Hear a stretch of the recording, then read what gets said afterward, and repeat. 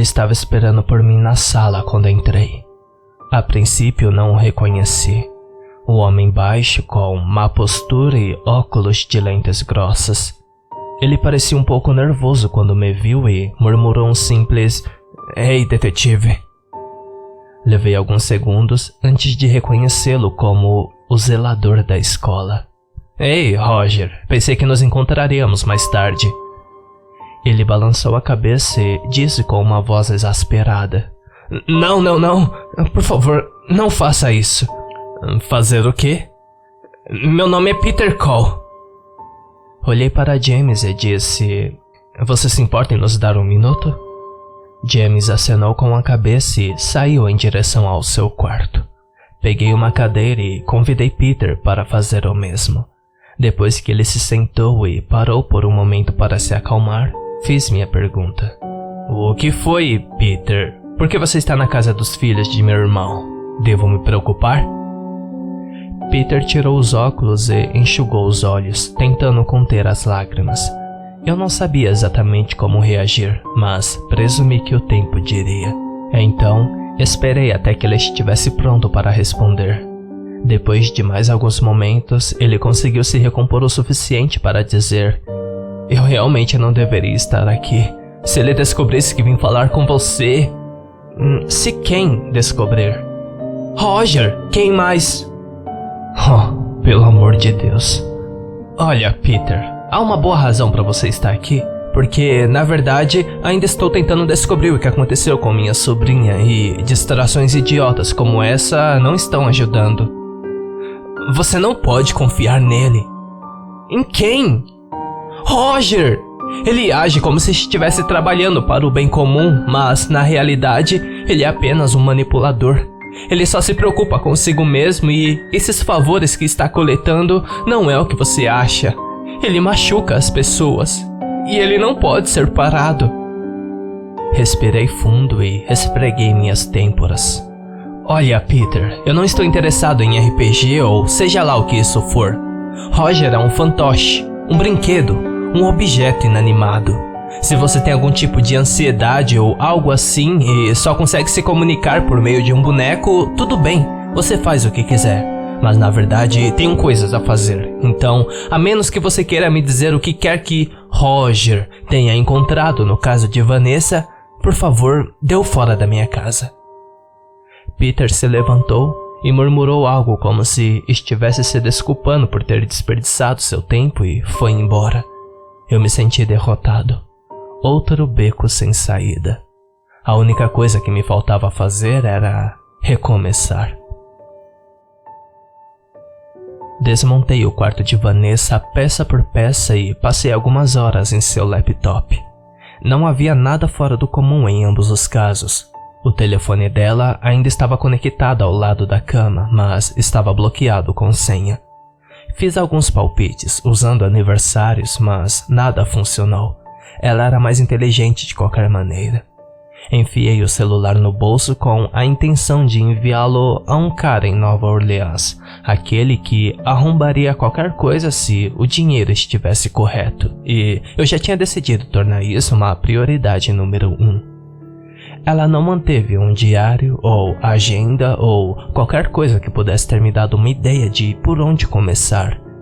Sua gaveta de meias tinha uma pilha de dinheiro no canto, cerca de $350, e um saco de maconha. Um post-it perto de sua cama tinha seu horário de trabalho mais recente. Tudo em seu laptop estava protegido por senha, usando um programa de gerenciador de senhas mestras. Ela era inteligente, mas esse é um nível de cautela que eu classificaria como paranoia. Eu só tinha visto esse tipo de comportamento com uma pessoa. Mas eu lido com algumas coisas muito sensíveis pela profissão. Suas configurações do Facebook não me permitiam que eu visse nenhuma de suas postagens, mas James era capaz de ver a lista de amigos em sua conta. Eu cruzei os nomes com o banco de dados da escola e, em menos de uma hora, eu tinha uma lista de verificação para o dia planejado. Seria difícil me encontrar com essas pessoas sem acesso a um telefone. esquecendo o fato de que sou um homem adulto tentando convencer o bando de adolescentes a se sentar para uma sessão de perguntas e respostas. Frankie era uma garota alta e feia e, pelo que pude perceber, a melhor amiga de Vanessa. Eu a encontrei na pizzaria local onde ela trabalhava e a convenci a me dar alguns momentos de seu tempo. Ela corroborou principalmente com o que já sabia. Vanessa estava economizando dinheiro, planejando mudar-se de cidade, mas não tinha nenhum segredo que valesse a pena compartilhar. Ela não estava saindo com ninguém, mas... Mas o quê? Ela tinha esse brilho sobre ela. Tipo, eu sabia que havia alguém. Eles saíram algumas vezes. Não tipo um encontro ou algo assim. Ela realmente não queria falar sobre isso. Então, algumas semanas atrás, ela foi embora. Como se eles tivessem se separado. Mas não como se fossem realmente oficiais, sabe? Um cara? Uma garota? Você conseguiu um nome? Alguma ideia de onde eles ficavam? Não. Ela não achou que fosse algo sério o suficiente para falar sobre, eu acho. Eles se conheceram online, eu acho. Eu falei com seu ex-namorado, Brian, quando ele estava saindo do turno da garagem local. Ele estava com um pouco de pressa para chegar à barraca de servos, mas concordou em responder a algumas perguntas rápidas. Eu perguntei sobre a pessoa misteriosa na vida de Vanessa, mas Brian me informou que ele absolutamente não dava a mínima para o que ela estava fazendo desde o rompimento. Ele era um cara idiota, mas não havia nenhuma impressão de que ele estava mentindo. Me encontrei com Raymond, seu professor de inglês, aquele de quem ela tinha amizade no Facebook, em sua casa do outro lado da cidade. Ele ficou muito feliz em cooperar e, se não fosse por seu álibi sólido na noite do desaparecimento, levando seus filhos para visitar sua avó moribunda no próximo estado, eu poderia ter ficado tentado a interpretar as coisas de forma diferente. Mas, rapidamente, ficou claro que ele também não tinha nada a esconder. Ele me mostrou a carta de recomendação que havia escrito para o lote de inscrições de Vanessa para a faculdade e passamos alguns minutos bebendo café e conversando. Ele concordou que a história do culto era uma besteira, mas ele tinha ouvido alguns rumores na escola de que ela estava saindo com alguém novo. Claro, um professor de inglês de meia idade com excesso de peso não era exatamente o principal responsável pelas informações quando se tratava da vida pessoal de alguns alunos. Porém, não foi um desperdício total quando ele me apontou a próxima pista. Morgan Hayden. De acordo com Raymond, todo mundo sabia que Morgan tinha uma queda por Vanessa. Ele era um garoto estranho, um ano abaixo dela, mas ainda assim convidou para sair em mais de uma ocasião e foi rejeitado em todas as ocasiões. Ele não estava em sua lista de amigos, mas Raymond sabia onde eu poderia encontrá-lo. Não havia carros na garagem de Morgan.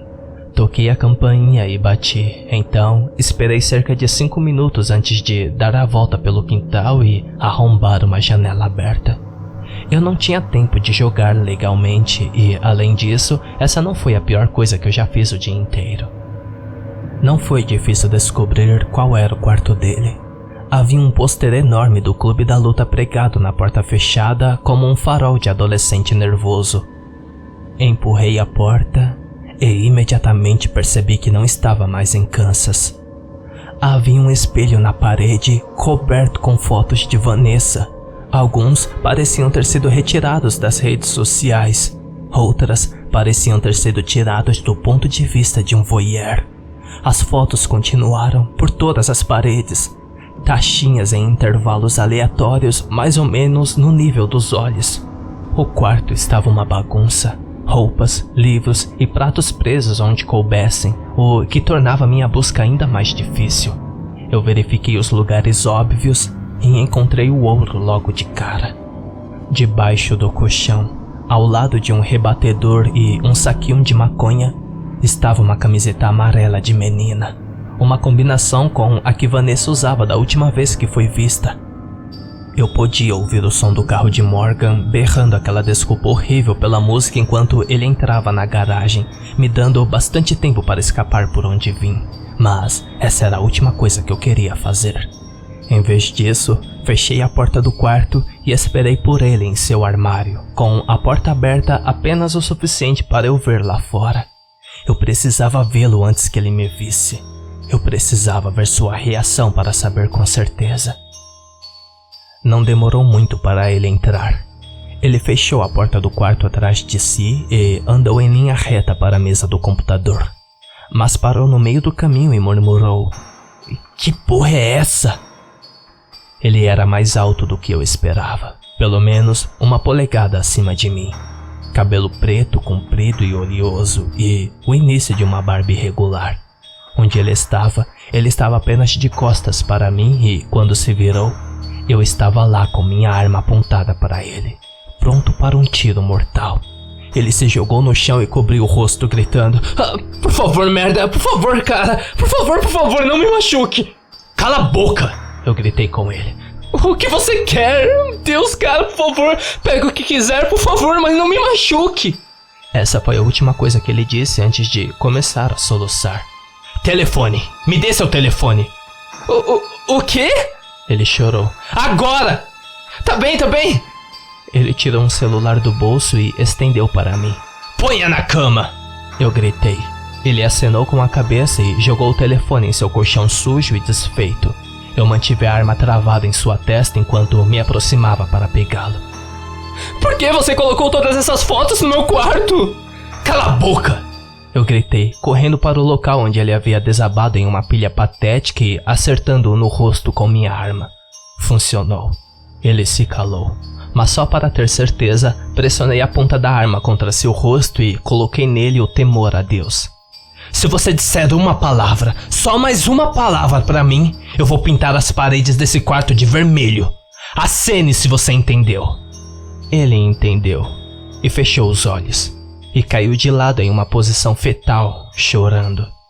Eu me senti péssimo fazendo isso com o pobre garoto, mas era a única maneira de convencer quem planejou tudo isso de que eu estava comprando sua pequena invenção.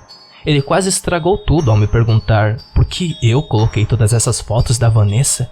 Não sou a pessoa mais inteligente do mundo, mas teria de ser um completo idiota para ignorar a orgia de evidências como essas e acreditar. Quando cheguei à cidade, fiz questão de procurar e memorizar o número de telefone pessoal do xerife para uma situação como essa. Peguei o telefone de Morgan da cama e disquei. Clyde atendeu, e tenho certeza de que ele ficou muito confuso quando expliquei que havia encontrado o assassino de Vanessa e disse a ele onde ele poderia encontrar Morgan. A expressão no rosto do garoto quando ele entrou no quarto provou que ele não tinha ideia de onde todas essas fotos tinham vindo. Mas a coisa toda era tão legal e organizada. O horrível final perfeito para uma história, completo para um vilão. Motivo e resolução que saciaria o detetive chato que estava fazendo muitas perguntas. Ele me disse para esperar, e eu menti. Prometi que esperaria. 5 minutos depois, eu estava no Honda, dirigindo o mais rápido que podia sem levantar suspeitas e tentando decidir para onde diabos eu estava realmente indo. Essa história estava começando a se delinear da pior maneira possível. Vanessa tinha que estar ligada ao segredo da cidade de alguma forma. Seja qual for a entidade que me armou esta manhã e fez uma caminhonete desaparecer, agora estava adaptando sua estratégia, oferecendo-me uma saída. Tudo que eu precisava fazer era aceitá-la.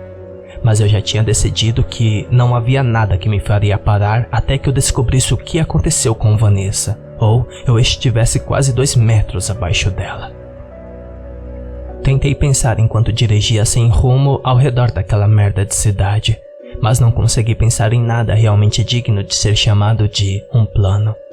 Depois de alguns minutos nas estradas secundárias, cheguei a uma velha loja de ferragens, mamãe e papai, e me lembrei do que Peter havia me dito antes, vis-à-vis Roger, sobre eles me incriminando para alguns dos casos abertos na cidade.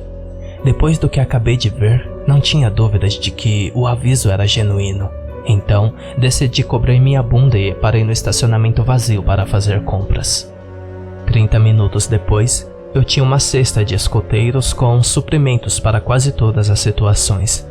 fita adesiva, limpador de cachimbo, corda, alicate, martelo, luvas, lanterna e algumas outras bugigangas. Quando se trata do desconhecido, não existe excesso de preparação. Já estava escurecendo quando saí da loja e cometi o erro de me sentir otimista. Isso não demorou muito. Imediatamente, eu vi uma figura sentada no banco do passageiro da frente do Honda de Vanessa. Não havia como confundi-lo. A figura, a roupa de camuflagem, tinta verde manchada no rosto, olhando para a frente com um olhar sem vida. 1 milhão de pensamentos tentaram invadir minha mente de uma vez, mas por um milagre consegui agarrar o único que importava. Fique calmo, seja racional, pense sobre isso. Fatos, use os fatos. O homem sentado no carro, esperando por mim, se parece exatamente... qual era o nome dele? Ned. Mas ele morreu hoje cedo. Eu mesmo chequei. Quanto tempo eu fiquei dentro? Meia hora? Como eles me encontraram? Como eles enfiaram o corpo no meu carro sem que eu percebesse e... Por quê? Por quê? Claro, eu sabia o porquê. Eles não podiam correr nenhum risco. Mesmo que Morgan pudesse assumir a responsabilidade pelo desaparecimento de Vanessa, eu ainda era uma ponta solta. O que significa que... isso era uma armação.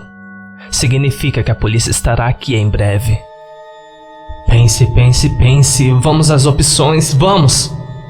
Eu posso correr, fugir da cena, avisar mais tarde que o carro foi roubado. Mas agora estava coberto do meu DNA. Se eles encontrassem o cadáver, eles ligariam a mim.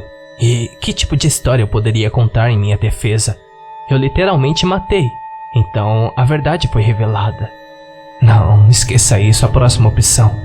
Entre no carro e acelere para qualquer lugar. Deixe a porra da cidade se precisar. Posso deixar o corpo cair no estacionamento e...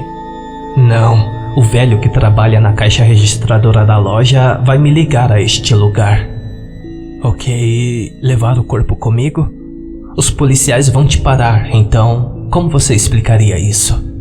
Bom, os policiais ainda não chegaram, então isso me deixa com uma opção. Larguei minhas coisas, corri para o porta-malas do carro. Abri a porta do carro e verifiquei para ter certeza. Ele estava tão morto quanto da última vez. A única coisa diferente agora era o buraco de bala em sua testa.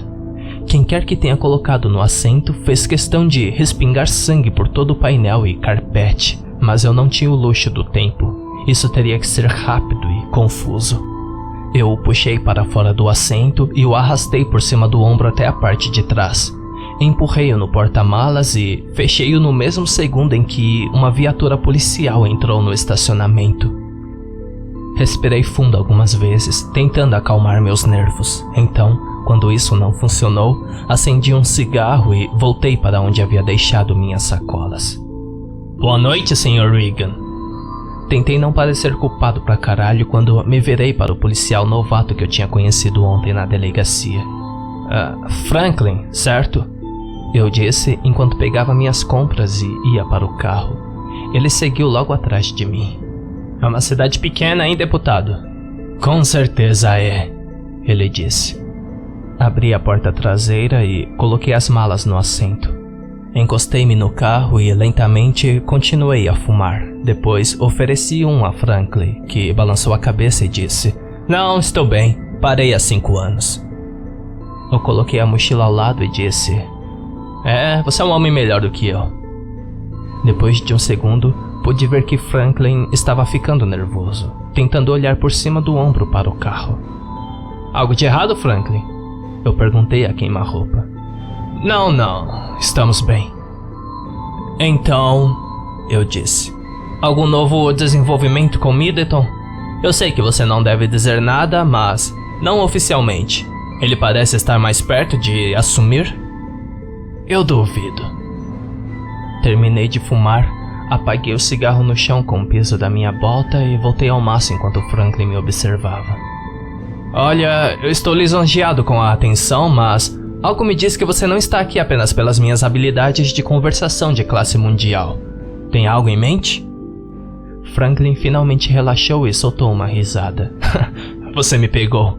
Alguém ligou para a delegacia para dizer que havia um homem do lado de fora de uma loja de ferragens tentando vender drogas do porta-malas de um Honda.